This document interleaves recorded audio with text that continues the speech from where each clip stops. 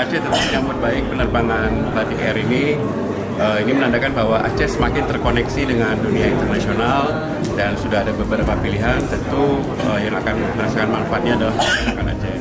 Kunjungan wisata diharapkan akan semakin meningkat, juga yang akan berimbas pada perekonomian masyarakat Aceh. Tentu pemerintah Aceh akan mendukung upaya-upaya yang dilakukan oleh airlines untuk melayani masyarakat Aceh, dan kita siap berkolaborasi, saling mendukung, saling mempromosikan.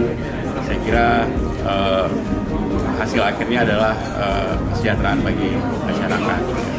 Kami juga berharap, sebagaimana pidato Pak Gubernur tadi, bahwa ke depan akan ada penambahan frekuensi sehingga masyarakat lebih mudah memilih jadwal perjalanannya dan bisa direncanakan dengan baik. Kami Batik bisa menjadi pilihan utama untuk masyarakat Aceh.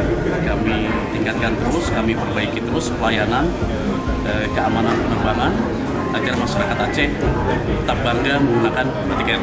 Ya Aceh, Batik Air.